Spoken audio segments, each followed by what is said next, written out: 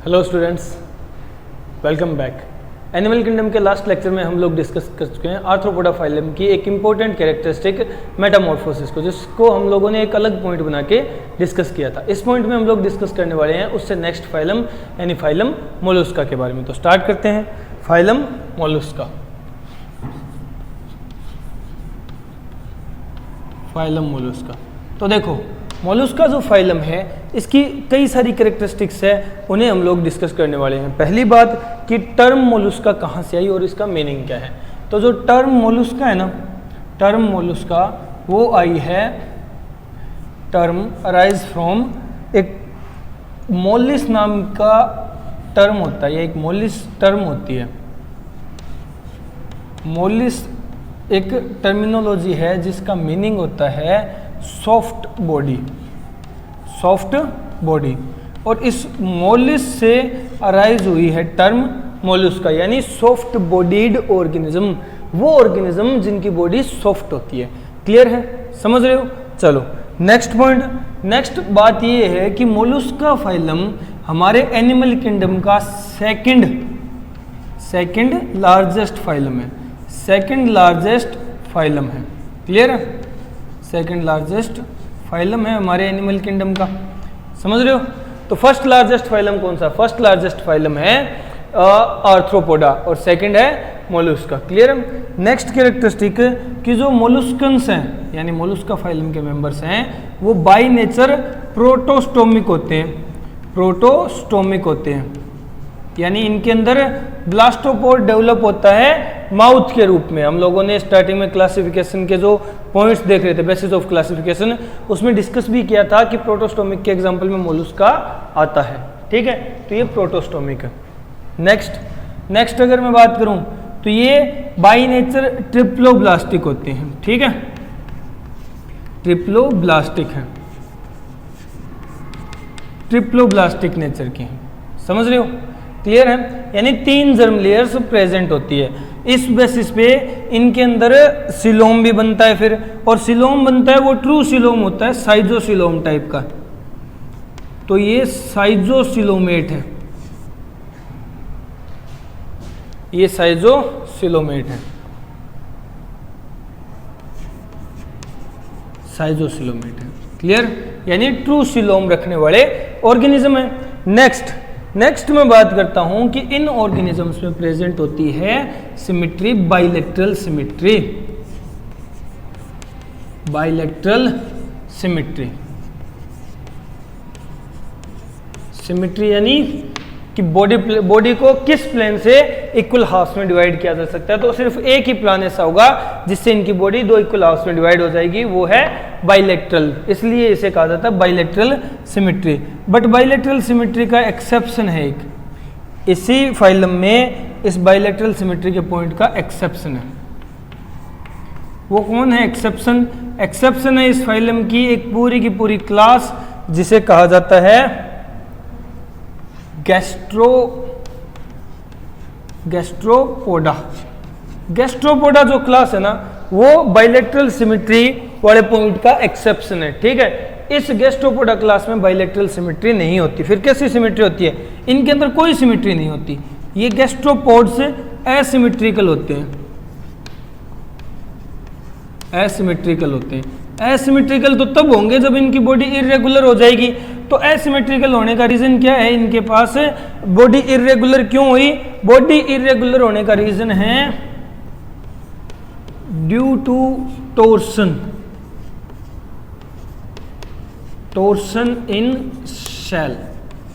देखो इनके पास, मोलस्कन्स के पास कैल्शियम कार्बोनेट का सेल होता है बॉडी पे कवर देने के लिए, कवरिंग के रूप में प्रोटेक्टिव सेल होता है। वो कैल्शियम कार्बोनेट का सेल गैस्ट्रोपोडा क्लास के मेंबर्स में क्या होता है? टोर्शन शो कर देता है। ठीक है, टर्न हो जाता है, यानी मुड़ जाता है। कई बार देखा नहीं, शंख को ऐसा स्ट्रक्चर होता है शंख का, जैसे एक साइड से पकड़ा दूसरी साइड से मोड़ दिया, टोर्शन करके खींच दिया हो, जिसमें तुम लोग हाथ डाल के फिर ये करते हो, बजाते हो शंख। तो इस तरह का स्ट्रक्चर गैस्ट्रोपोडा का होता है, गैस्ट्रोपोडा क्लास के मेंबर्स का होता है। और ये एसिमेट्रिकल होते हैं क्योंकि टोर्सन आ जाता है सेल में, इस बेसिस पे। तो देखो मोलुस्का के points, term mollies soft body, वहां से आया है मोलुस्का टर्म, क्लियर है। सेकंड लार्जेस्ट फाइलम है, प्रोटोस्टोमिक होता है, ठीक है, नेचर में, यानी माउथ में डेवलप हुआ है ब्लास्टोपोर। ट्रिप्लोब्लास्टिक है, साइजोसिलोमेट है, ट्रू सिलोम रखने वाला, और बाइलेटरल सिमेट्री होती है जिसकी एक्सेप्शन है गैस्ट्रोपोडा है। अब कुछ और पॉइंट्स भी हैं, आगे नेक्स्ट पॉइंट्स हम लोग डिस्कस करते हैं। मैं साइड हो जाता हूं, वीडियो को पॉज करो और नोट डाउन कर लेना, क्लियर है।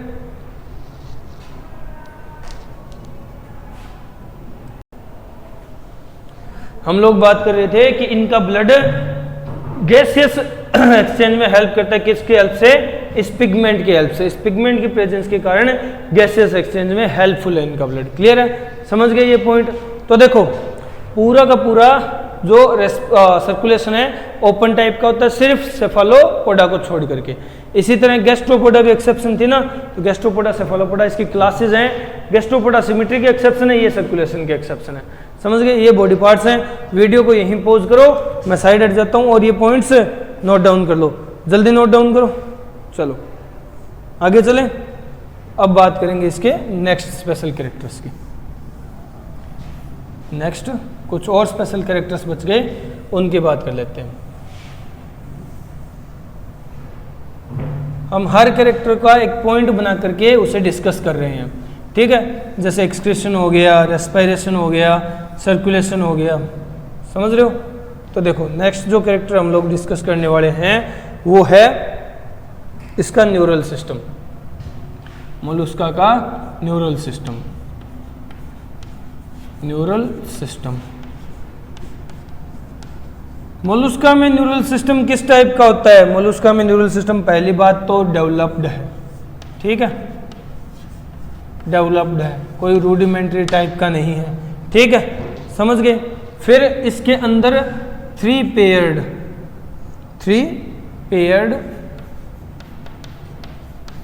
गैंग्लिया प्रेजेंट होंगे, थ्री पेयर्ड गैंग्लिया प्रेजेंट होते हैं, ठीक है, समझ गए। और तीन पेयर तीनों अलग अलग पार्ट्स में प्रेजेंट होंगे। जैसे तीन पार्ट कौन से हैं? तीन बॉडी पार्ट है ना इसके, उनमें प्रेजेंट होगी। किस तरह? तो देखो तीन पेयर कौन कौन से होंगे? एक तो सेरेब्रल होगा, सेरेब्रल होगा, ठीक है, पहला पेयर सेरेब्रल पेयर, ठीक है। फिर सेकंड विसरल पेयर, और थर्ड पेडल पेयर, ठीक है। तीनों तीन अलग अलग बॉडी पार्ट्स में प्रेजेंट होते हैं, तीनों पार्ट तीन अलग अलग बॉडी पार्ट्स में प्रेजेंट होते हैं। जैसे सेरेब्रल है, ये प्रेजेंट होता है हेड में, ये प्रेजेंट होता है हेड में। विसरल है, ये प्रेजेंट होता है हम्प में, ये प्रेजेंट होता है हम्प में, और ये प्रेजेंट होता है फुट में, ठीक है। तो ये इनका न्यूरल सिस्टम है। न्यूरल सिस्टम देखो पहली बात डेवलप्ड है, फिर तीन पेयर्ड गैंग्लिया प्रेजेंट है इसके पास। तीन पेयर्ड गैंग्लिया ये हैं सेरेब्रल, विसरल और पेडल, ये प्रेजेंट है तीन बॉडी पार्ट्स, हेड, हम्प और फुट में, समझ गए, क्लियर है ना, कोई दिक्कत तो नहीं। तो देखो ये है बात मोलुस्का फाइलम के न्यूरल सिस्टम की। अब न्यूरल सिस्टम के साथ साथ इनके अंदर कुछ सेंसरी स्ट्रक्चर्स भी प्रेजेंट होते हैं, इनके अंदर कुछ सेंसरी स्ट्रक्चर्स भी प्रेजेंट होते हैं। वो सेंसरी स्ट्रक्चर कौन से हम लोग यहीं डिस्कस कर लेते हैं। इनके सेंसरी स्ट्रक्चर्स,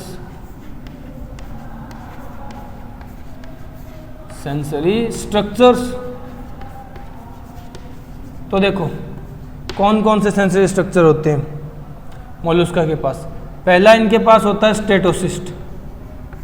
स्टेटोसिस्ट, जो बैलेंसिंग के काम आता है। हम लोगों ने बात की थी ना आर्थ्रोपोडा में भी स्टेटोसिस्ट प्रेजेंट है जो बैलेंसिंग में हेल्पफुल है, तो वैसा ही स्टेटोसिस्ट इनके पास प्रेजेंट होता है, ठीक है। फिर इनके पास प्रेजेंट होता है स्पेशल स्ट्रक्चर टेंटेकल्स, जो सिलेंट्रेट्स के पास भी प्रेजेंट थे, टेंटेकल्स, क्लियर है। नेक्स्ट इनके पास प्रेजेंट होता है ऑस्फेरेडियम,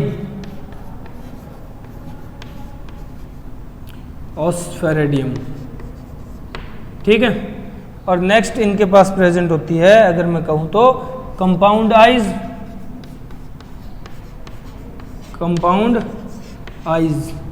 ठीक है। तो देखो ये इनके सेंसरी स्ट्रक्चर्स हैं। ऑस्फेरिडियम, कंपाउंडाइज, टेंटेकल्स और स्टेटोसिस्ट, 4 स्पेशल टाइप के स्ट्रक्चर्स देखने को मिलते हैं। अब देखो याद करो, आर्थ्रोपोड्स में हम लोगों ने कंपाउंडाइज बताई थी, उनके अंदर प्रेजेंट होती है, बट उनके कंपाउंडाई को हम लोगों ने कहा था ओमेटिडिया, ओमेटिडिया थे। इनके कंपाउंडाई ओमेटिडिया नहीं होते, एक स्पेशल टाइप का स्ट्रक्चर होता है इनके कंपाउंडाई का। वो क्या है? इनकी कंपाउंडाइज, इनकी कंपाउंडाइज यही लिख देता हूं, कहलाती हैं ओमेटोफोर, ओमेटोफोर। इनकी कंपाउंडाइज को ओमेटोफोर कहा जाता है, ठीक है। स्टेटोसिस्ट है, टेंटेकल्स हैं, ऑस्फेरिडियम है और कंपाउंडाइज है। कंपाउंडाइज को ओमेटोफोर कहा जाता है। क्लियर? तो यहाँ पॉज करो और ये पॉइंट नोट डाउन कर लेना, न्यूरल सिस्टम और सेंसरी स्ट्रक्चर्स को, ठीक है। स्टेटोसिस्ट बैलेंसिंग के टेंटेकल्स से तुम लोगों को पता है टेंटेकल्स क्या काम आते हैं, और ऑस्फेरिडियम, ऑस्फेरिडियम के कैरेक्टर्स हम लोग अभी देखेंगे क्या काम आता है। ऑस्फेरिडियम कंपाउंडाइज ओमेटोफोर है ही, ठीक है। तो अब बात कर लेते हैं कि ऑस्फेरिडियम किस काम आता है। फंक्शन ऑफ ऑस्फेरिडियम, ऑस्फेरिडियम क्या सेंस करता है? ऑस्फेरिडियम क्या चीज, किस चीज को सेंस करने के लिए प्रेजेंट है इनके पास? तो देखो जो ऑस्फेरिडियम होता है ना, ऑस्फेरिडियम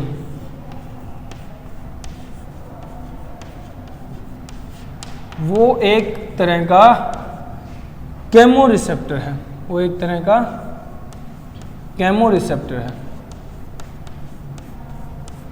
वो एक तरह का केमो रिसेप्टर है, समझ गए। और केमो रिसेप्टर है तो केमिकल्स की सेंसेस लेगा। कैसे केमिकल्स की सेंसेस लेगा? तो ये सेंस करेगा chemical nature, chemical nature of water, water जहाँ ये रहते हैं उसके केमिकल नेचर को सेंस करने का काम होता है इनका, ठीक है। उसके केमिकल नेचर को सेंस करने का काम ऑस्फेरिडियम केमो रिसेप्टर्स का होता है, समझ गए? क्लियर है? तो ये ऑस्फेरिडियम था, नोट डाउन हो गया होगा। चलो आगे चलते हैं। ये तो ऑस्फेरिडियम है। नेक्स्ट जो पॉइंट है वो हम लोग डिस्कस करेंगे इसका डाइजेस्टिव सिस्टम, इसका डाइजेस्टिव सिस्टम। डाइजेस्टिव सिस्टम यानी एक तरह से मैं कह सकता हूं इसका बॉडी प्लान डिस्कस कर रहा हूं मैं। तो डाइजेस्टिव सिस्टम या बॉडी प्लान कैसा होगा इसके अंदर? इसके अंदर डाइजेस्टिव सिस्टम या बॉडी प्लान होगा एक स्पेशल टाइप का, कंप्लीट बॉडी प्लान होगा। Tube within tube body plan होगा, कंप्लीट एलिमेंट्री कैनाल होगी। तो मैं यही नोट कर देता हूं, complete alimentary canal, complete alimentary canal present है, ठीक है। कंप्लीट एलिमेंट्री कैनाल प्रेजेंट होने का मतलब क्या है कि बॉडी प्लान कैसा होगा? Tube within tube, tube within tube body plan है, tube within tube body plan है। नेक्स्ट अगर पॉइंट डिस्कस करें तो देखो कंप्लीट एलिमेंट्री कैनाल होने के साथ साथ इसके पास कुछ स्पेशल स्ट्रक्चर्स भी होते हैं, जैसे कि इसके पास प्रेजेंट है रेडुला, रेडुला, रेडुला प्रेजेंट होते हैं इसके पास। वो कहाँ होते हैं? इसके पास रेडुला होते हैं माउथ कैविटी में, माउथ कैविटी, ठीक है। माउथ कैविटी में प्रेजेंट होते हैं। और रेडुला किस काम आते हैं, कैसे स्ट्रक्चर हैं? तो ये टिथ लाइक स्ट्रक्चर होते हैं, टिथ लाइक, या फिर मैं कहूं ये काम आते हैं रेस्पिंग के। तो ये हैं रेस्पिंग स्ट्रक्चर, कुतरने वाले रेस्पिंग स्ट्रक्चर्स हैं एक तरह से, रेस्पिंग स्ट्रक्चर्स हैं। टिथ लाइक पार्ट है रेडुला जो प्रेजेंट होता है माउथ कैविटी में, ठीक है। याद रखना है, पॉइंट इंपॉर्टेंट है। रेडुला माउथ कैविटी में present teeth like respiring structure है। टिथ लाइक बोल दो या फिर रेस्पिंग स्ट्रक्चर बोल दो, एक ही बात, समझ रहे हो ना? क्लियर है? तो ये इनका डाइजेस्टिव सिस्टम है।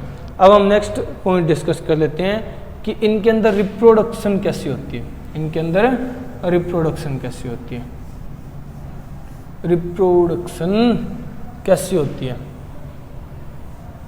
तो देखो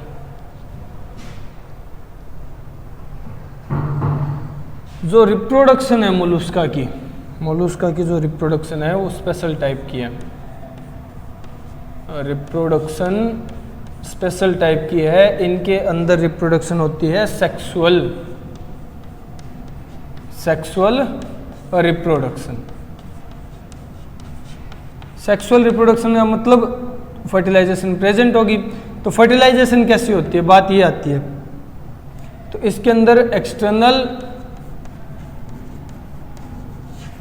एंड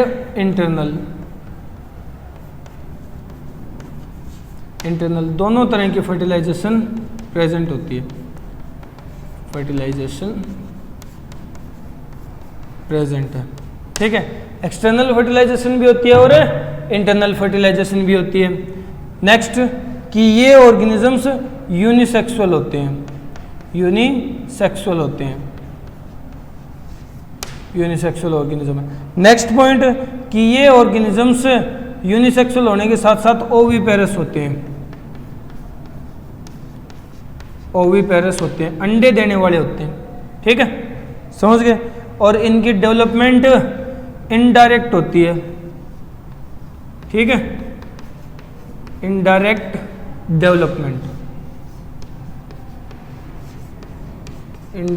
डेवलपमेंट यानी लार्वल स्टेजेस प्रेजेंट होंगे।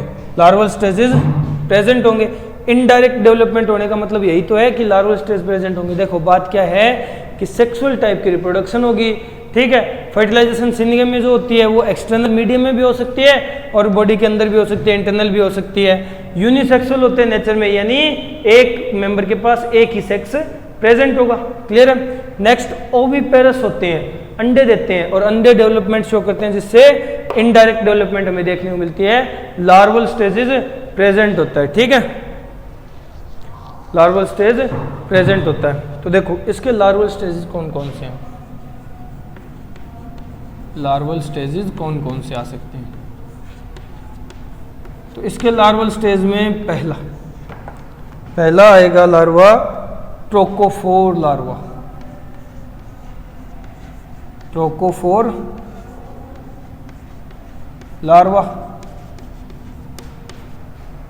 ठीक है। मेजॉरिटी ऑफ ऑर्गेनिजम्स में, मैक्सिमम मेंबर्स का यही लार्वा होगा। मैक्सिमम मेंबर्स का लार्वा यही होगा। ट्रोकोफोर लार्वा ही मैक्सिमम मेंबर्स में प्रेजेंट होता है, समझ गए। ज्यादा से ज्यादा मेंबर लार्वा ट्रोकोफोर लार्वा रखेंगे, ठीक है। लार्वा। अब हम बात कर लेते हैं सेकंड टाइप की। सेकंड टाइप का लार्वा है glochidium larva. Glochidium larva present होता है इन यूनियो। इनका एक मेंबर है यूनियो, उसके पास लार्वा है ग्लोचिडियम टाइप का, ग्लोचिडियम लार्वा है, ठीक है। नेक्स्ट थर्ड टाइप का लार्वा है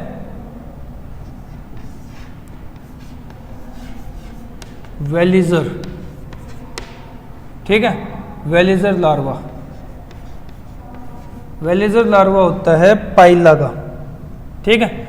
वेलिजर लार्वा होता है पाइला, जिसको एप्पल स्नेल भी बोलते हो, पाइला, उसका लार्वा होता है वेलिजर। तो ये तीन इंपॉर्टेंट लार्वल स्टेज हैं और ये रिप्रोडक्शन थी। तो ये पॉइंट था मोलुस्का के रिप्रोडक्शन का। क्लियर है। मैं साइड हट जाता हूँ, वीडियो पॉज कर लेना और नोट डाउन कर लेना। क्लियर है। चलो अब नेक्स्ट पॉइंट डिस्कस करते हैं। ये तो लार्वल स्टेज थी इसकी, ये तो इसकी लार्वल स्टेज थी। अब नेक्स्ट पॉइंट भी डिस्कस कर लेते हैं, ठीक है। अब जो पॉइंट हम लोग डिस्कस करेंगे वो हम लोग देखते हैं इसका स्ट्रक्चर कैसा होता है। पॉइंट्स तो लगभग सारे इंपॉर्टेंट पॉइंट हम लोग डिस्कस कर चुके हैं, चाहे वो रेस्पिरेटरी सिस्टम हो, एक्सक्रीटरी हो, डाइजेस्टिव हो, ठीक है, सर्कुलेटरी हो, यानी सर्कुलेशन कैसी है और रिप्रोडक्शन कैसी है, सारे इंपॉर्टेंट पॉइंट्स हम लोग मैक्सिमम डिस्कस कर चुके हैं। अब स्ट्रक्चर देखना है। स्ट्रक्चर भी हम लोगों को पता है कि पूरी की पूरी बॉडी 3 पार्ट्स में डिवाइड होगी। बॉडी पार्ट्स हम लोग बात कर चुके हैं, हेड, हम्प और फुट में डिवाइड होंगे। तो देखो ऑर्गेनिज्म की बॉडी कैसी होगी।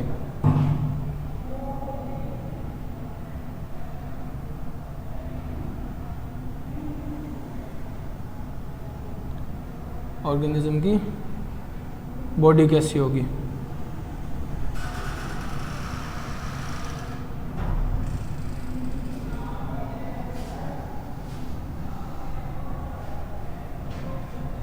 ऑर्गेनिज्म की बॉडी कैसी होगी, देखो ये थोड़ा सा ज़्यादा हो गया,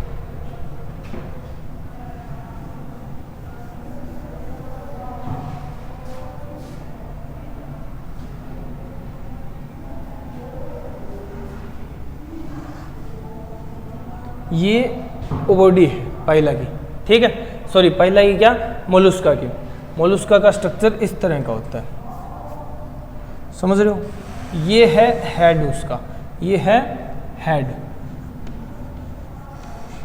समझ गए। ये होता है हम्प, ये होता है हम्प। हम्प बोला जाता है कुब्बड़ को, तो कुब्बड़ जैसी स्ट्रक्चर हम्प जैसी ये है।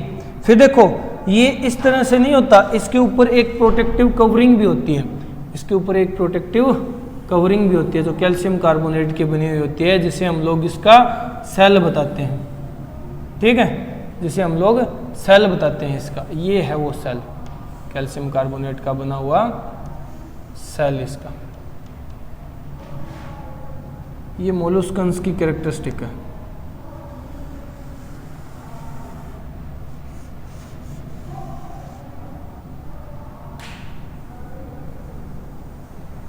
ये मोलस्कन्स की कैरेक्टरिस्टिक है। ये है इनका सेल, ये है सेल जो बना हुआ है कैल्शियम कार्बोनेट का, CaCO3, कैल्शियम कार्बोनेट का,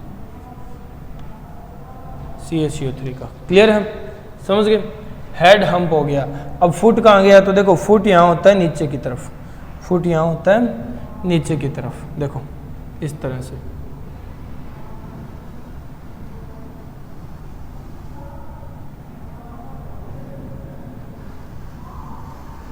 फुट यहाँ नीचे की तरफ होता है, ये है इसका फुट। अब फुट पे कई सारे स्ट्रक्चर प्रेजेंट होते हैं, तो देखो ये सेल है, सेल और हम्प के बीच में एक और कवरिंग, एक और लेयर प्रेजेंट होती है, एक स्पेशल लेयर प्रेजेंट होती है, ठीक है। इस लेयर को अलग नाम दिया जाता है। ये एक स्पेशल लेयर है जो हम्प और सेल के बीच में प्रेजेंट है, हम्प और सेल के बीच में प्रेजेंट है। इस लेयर को कहा जाता है, देखो जैसे थोड़ा सा अच्छी तरह बनाते हैं,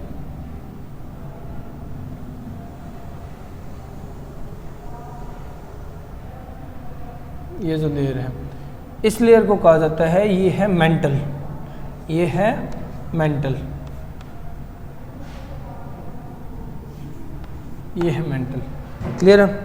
और मेंटल जो है यहाँ प्रेजेंट है, ये मेंटल की कैविटी, ये है मेंटल की कैविटी, ये है मेंटल कैविटी, समझ रहे हो। और मेंटल कैविटी में प्रेजेंट है इसके पास इसके रेस्पिरेटरी स्ट्रक्चर जो होते हैं गिल्स, इस तरह से जो होते हैं गिल्स। और इसके गिल्स है ना वो फीदर लाइक होते हैं, पंख जैसे दिखते हैं हमें, ठीक है। हिंदी में गिल्स को पंख ही बोला जाता है, गिल्स हैं जो कि फीदर लाइक है, जो कि फीदर लाइक है।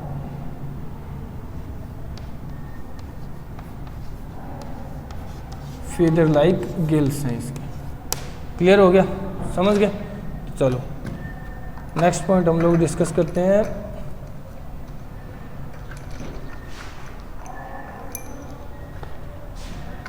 ये है इसके गिल्स।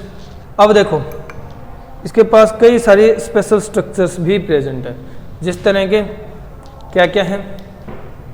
तो ये जो पार्ट है ना, ये फुट वाला पार्ट है, और फुट पे वो प्रेजेंट है मैक्सिमम स्ट्रक्चर्स। सबसे पहले देखो हेड के ऊपर प्रेजेंट होते हैं ओमेटोफोर्स, कंपाउंड आइज, ओमेटोफोर्स, कंपाउंड आइज इसकी, ठीक है। कंपाउंड आइज ओमेटोफोर्स ये है,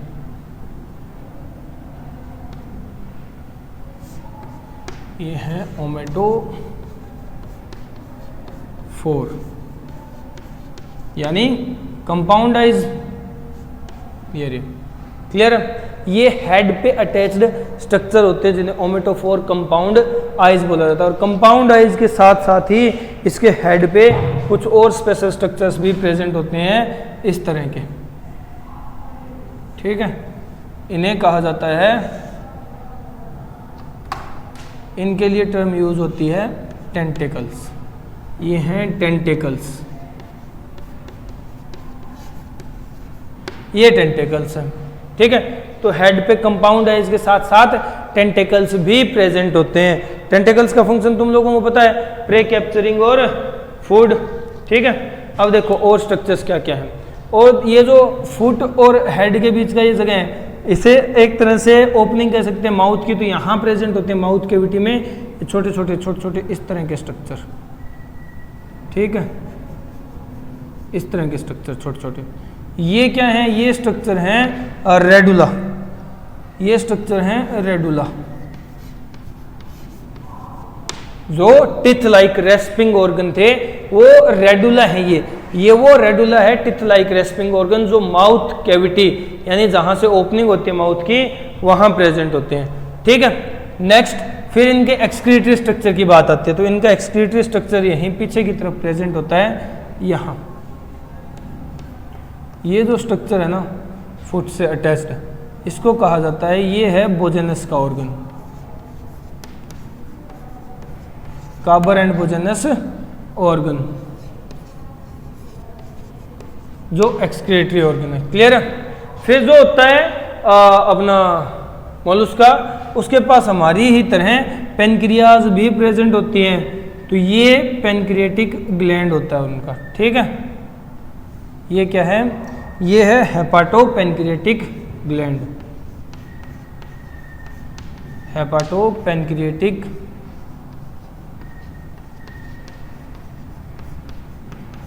ग्लैंड, हेपाटोपेनक्रिएटिक ग्लैंड ये प्रेजेंट है यहाँ, ठीक है। समझ गए? तो ये डायग्राम या ये स्ट्रक्चर होता है मोलस्कन्स की बॉडी का। ये कैल्शियम कार्बोनेट का सेल ये है जो गैस्ट्रोपोडा क्लास में टॉर्सन शो करता है, जिसकी वजह से सिमेट्री बिगड़ जाती है। समझ गए? तो ये मोलस्का है, ये मोलस्का का स्ट्रक्चर है। मैं साइड हूँ, वीडियो को पॉज करके नोट डाउन कर लेना डायग्राम को, ठीक है। सारे स्ट्रक्चर इंपॉर्टेंट है इसके डायग्राम के अंदर, समझ रहे हो? इसके डायग्राम के सारे स्ट्रक्चर इंपॉर्टेंट है।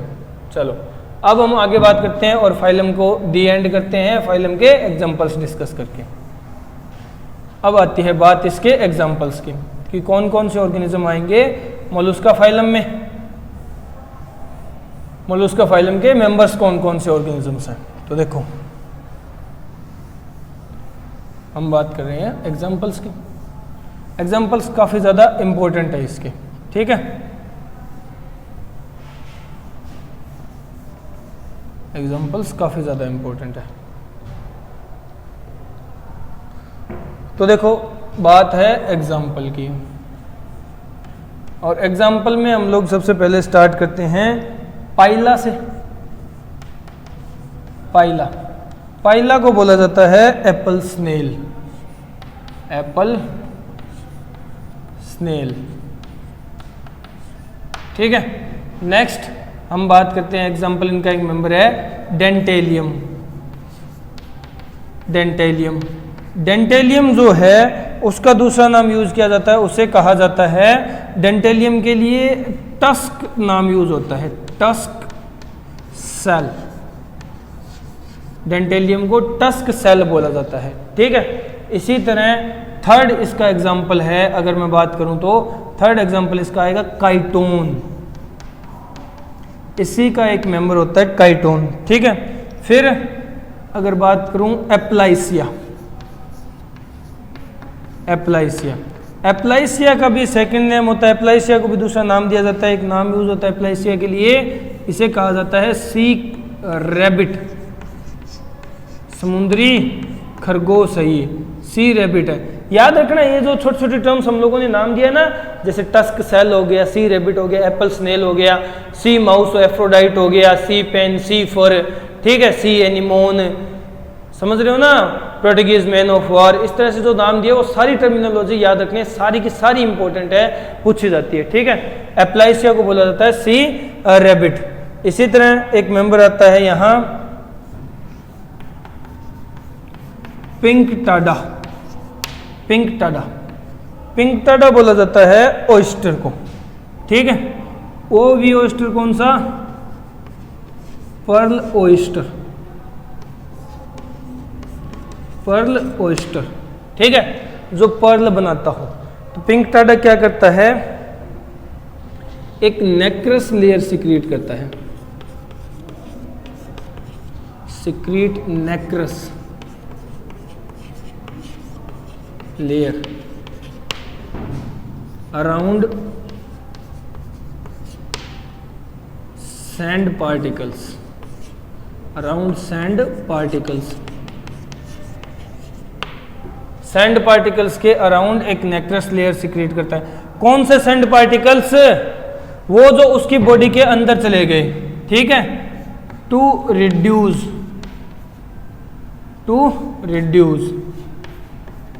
इरिटेशन,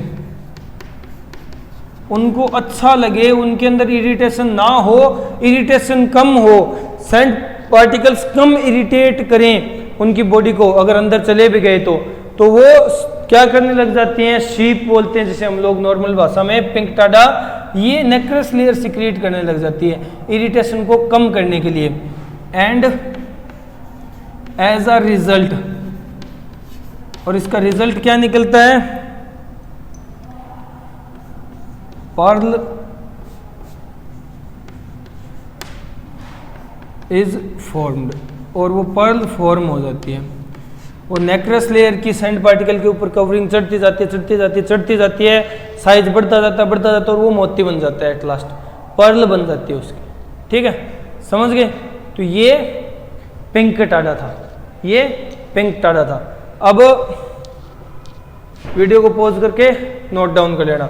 हाँ, पिंकटाडा का एक स्पेशल कैरेक्टर है, पिंकटाडा का एक स्पेशल कैरेक्टर है कि पिंकटाडा में रेडुला जो है, रेडुला एब्सेंट होता है, पिंकटाडा में रेडुला नहीं होता। ये पॉइंट पिंकटाडा के नीचे कहीं है, तो पिंकटाडा में रेडुला नहीं होता। वीडियो को पॉज करके नोट डाउन कर लेना, ठीक है। अब हम नेक्स्ट एग्जांपल डिस्कस करते हैं मोलस्का फाइलम के।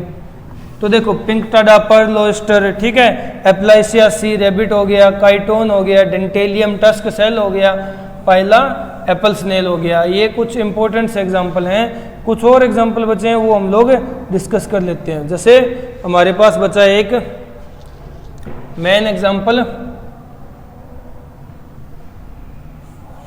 ऑक्टोपस। ऑक्टोपस, ऑक्टोपस को साइंस की लैंग्वेज में डेविल फिश कहा जाता है।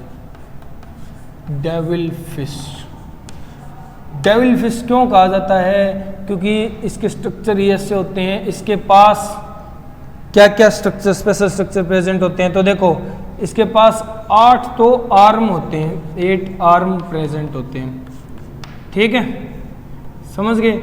और इंक ग्लैंड होती है, इंक ग्लैंड, ये स्याही फेंकता है, स्याही बनाता है। और दूसरा, जब इस पे कोई ऑर्गेनिज्म हमला करने वाला होता है तो उसकी आंखों पे ये स्याही फेंक देता है, पिचकारी मारता है स्याही की, जिससे उसे कुछ देर दिखाई नहीं देता, तब तक ये वहां से गोली हो जाता है, ठीक है, मतलब निकल जाता है वहां से।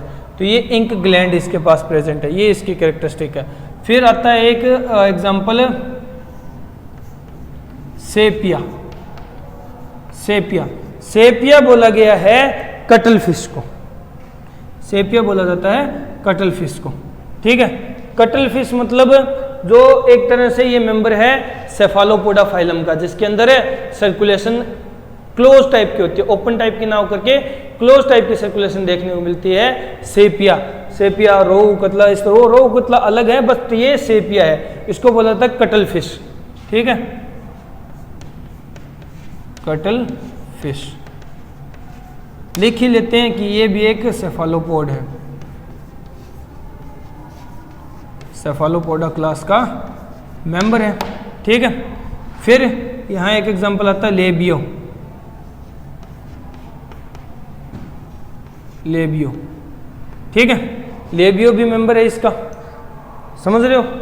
नेक्स्ट एग्जाम्पल कौन कौन से होंगे, नेक्स्ट एक दो एग्जाम्पल और बचे हैं, एक दो एग्जाम्पल और बचे हैं। वीडियो पॉज करो, ये 3 एग्जाम्पल नोट कर लो, इंपॉर्टेंट है, ये 3 एग्जाम्पल नोट कर लो। बाकी 2 एग्जाम्पल बचे हैं वो मैं यही नोट कर देता हूँ। तो देखो एक एग्जाम्पल इसका मेंबर आता है आर्केट्यूथिस, आर्केट्यूथिस इसका एग्जाम्पल है, मेंबर है। नेक्स्ट इसका एग्जाम्पल मेंबर है नियोप्लाना, नियोप्लाना। नियोप्लाना इंपॉर्टेंट है क्योंकि नियोप्लाना को माना जाता है कि ये कनेक्टिंग लिंक है, ठीक है, connecting link, connecting link between Mollusca and arthropoda, Mollusca and arthropoda के बीच में कनेक्टिंग लिंक है ये, समझ गए, समझ रहे हो, कनेक्टिंग लिंक आर्थ्रोपोडा मोलुस्का के बीच में नियोप्लाना है, इसलिए इंपॉर्टेंट है, याद रखा जाता है। और आर्किट्यूथिस जो है ना उसको भी याद रखने का एक कारण है, ये भी इंपॉर्टेंट है। ये इंपॉर्टेंट क्यों है, क्योंकि ये अभी हम लोग जिनकी बात करें वो सारे इनवर्टिब्रेट्स हैं, नॉन कोऑर्डिनेट्स हैं, ये उनमें से सबसे बड़ा है, साइज में लार्जेस्ट, लार्जेस्ट इनवर्टिब्रेट है ये, लार्जेस्ट इनवर्टिब्रेट,